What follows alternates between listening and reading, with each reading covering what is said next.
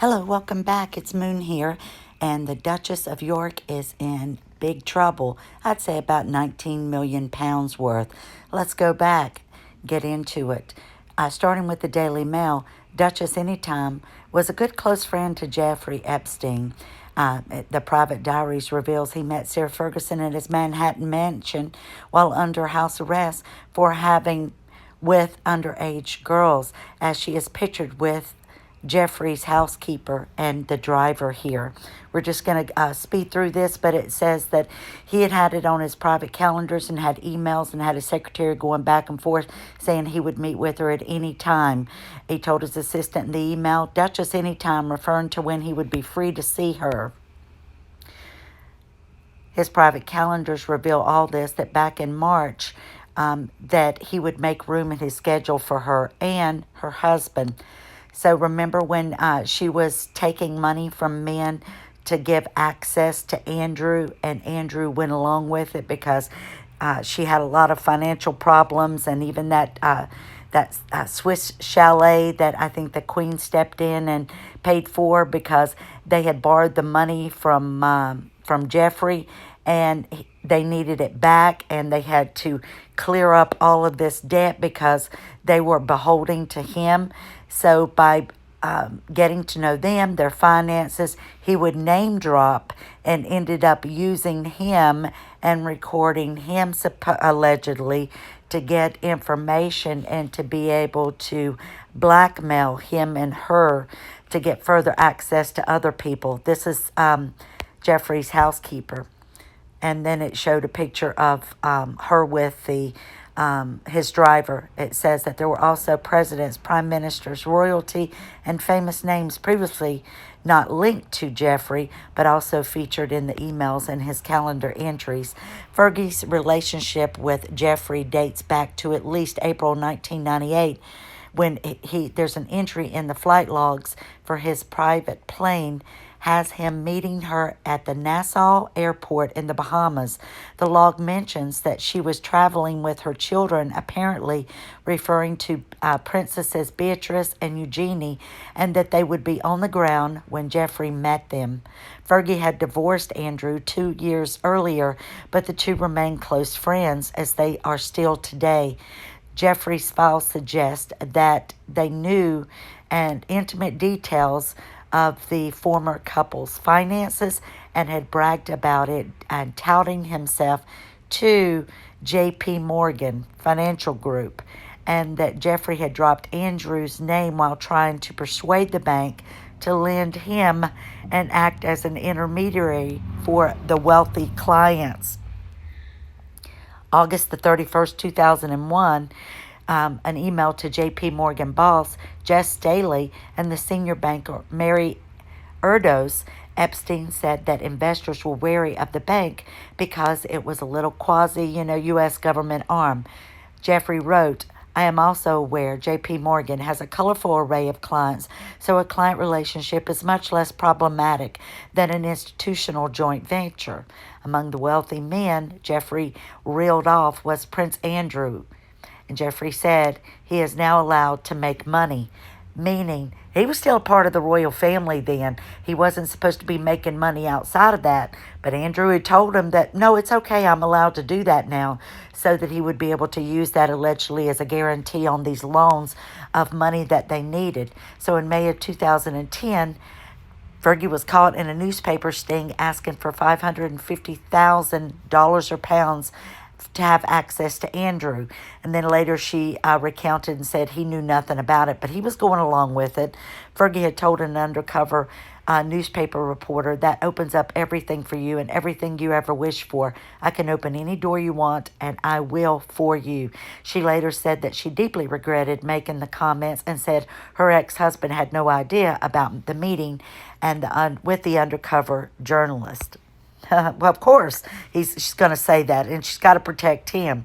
Fergie had apparently been driven to such measures because for $5.5 million debts, but in January of 2011, she said that they had been paid off thanks to the intervention of Andrew.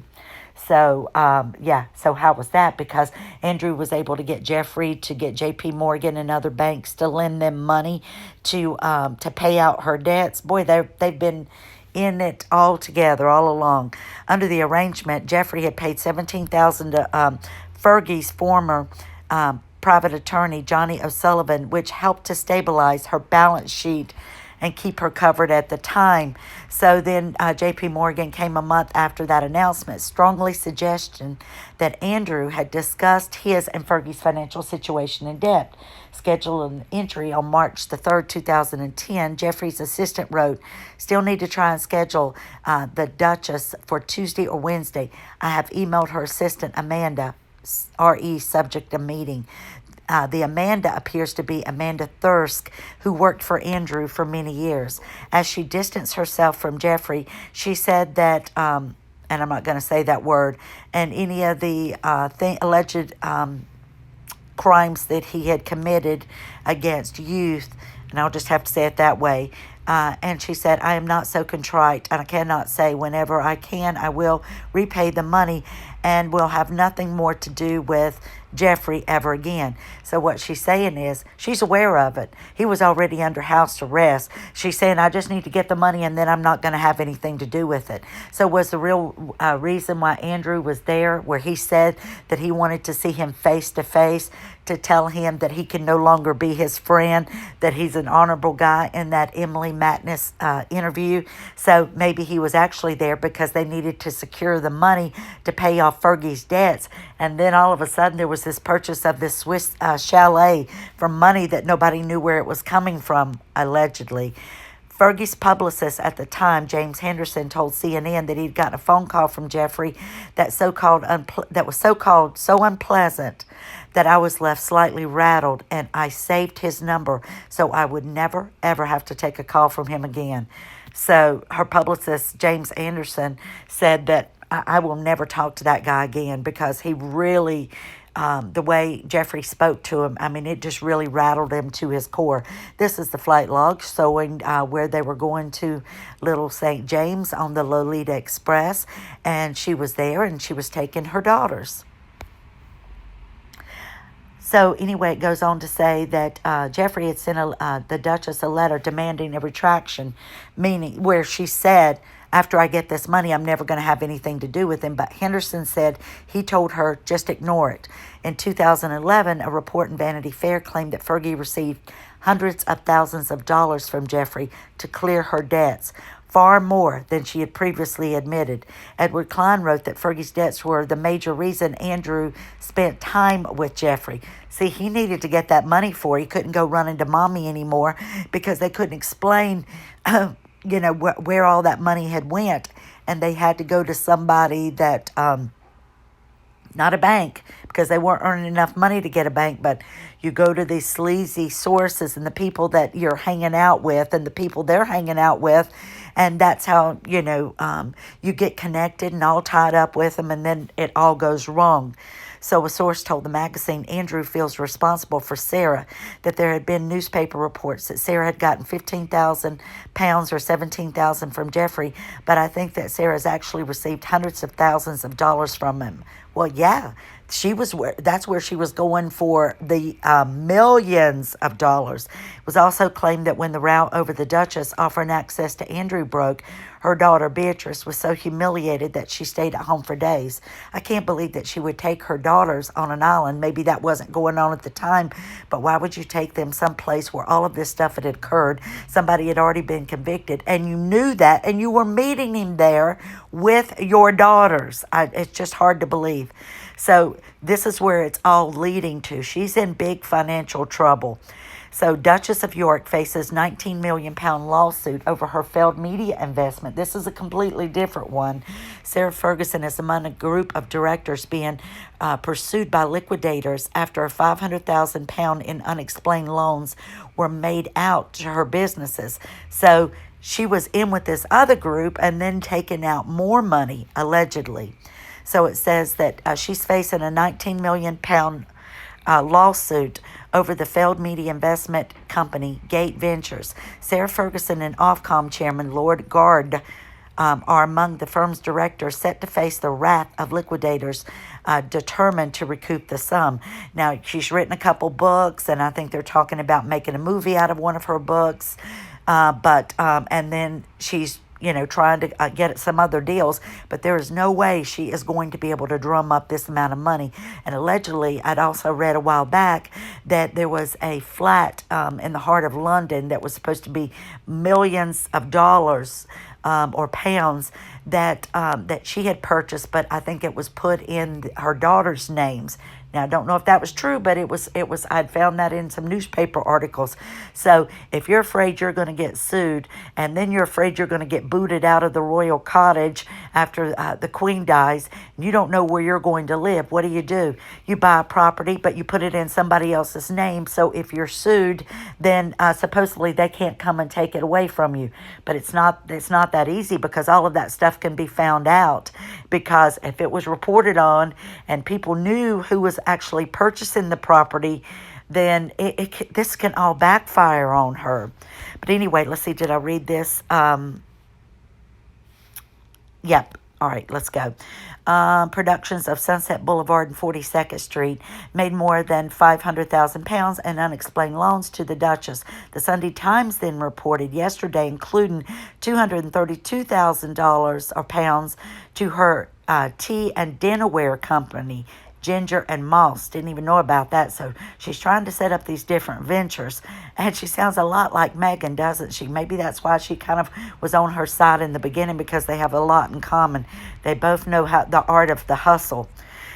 But the problem is they get involved with people who give them bad advice, or sleazy people that their actions and behavior ends up backfiring on them. Oh, the tangled web they weave. The paper said that the loan has not been repaid, and that her recent offer of repayment was so low that it was absolutely rejected.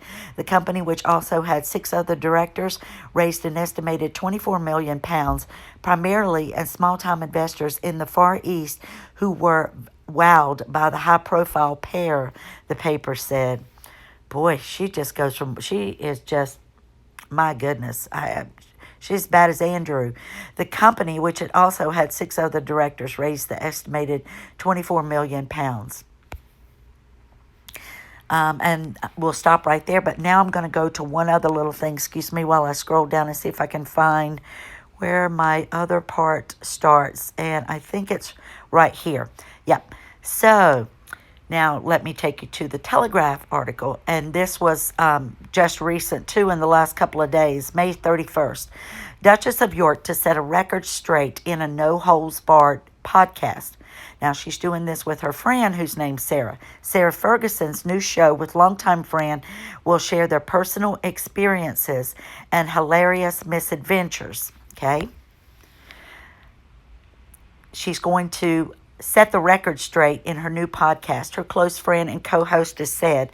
Her comments come ahead of the release of the first episode of Tea Talks with the Duchess and Sarah on Thursday. Her friend is Sarah. Sarah Thompson, an entrepreneur and co-host of the show, said, "We'll chat, laugh, and challenge preconceptions, and sometimes even set the record straight. It's going to be a whole lot of fun." In the weekly podcast, the two great friends will share their thoughts and perspectives on everyday issues, approaching topics with infectious enthusiasm and a healthy dose of humor. Ahead of the release, the Duchess of York said, "With my great friend, the talented entrepreneur Sarah Jane Thompson, I'm going to be exploring the issues of the day that affect us all. I hope Tea Talks will allow us to share some of our personal experiences and stories along the way. It's going to be a fascinating journey, and I hope that you will join us." So here it is where she's putting it out on Twitter. And it says, "Our brand new podcast, Tea Talks with the Duchess and Sarah, is out this Thursday, June 1st. Subscribe now at the link bio." So you can subscribe, but the problem is it's going to be charged. It is not free. It says you can sign up and start the trial offer. And I don't know how much this costs. Let's see. It seemed like I had seen that somewhere, but it's not in this. The friends will also be joined by special guests and share personal insights to questions and dilemmas provided by the listeners. So your royal appointment, your essential weekly guide to all things royal. Fergie needs money, and she needs money fast. So you could push the button if you go on that site to start the free trial. Excuse me, it is not free. You must pay to listen. I don't know the cost. I apologize, but and I think she's a week behind now. I think she's done one podcast, and I think that her youngest daughter, Eugenie, is about to give birth, and I think that they're holding off because of that. So I think the podcast is like a week behind. Excuse me. But anyway, so she's kind of drum up money. So here she's got that the other company, that Moss and something on the side.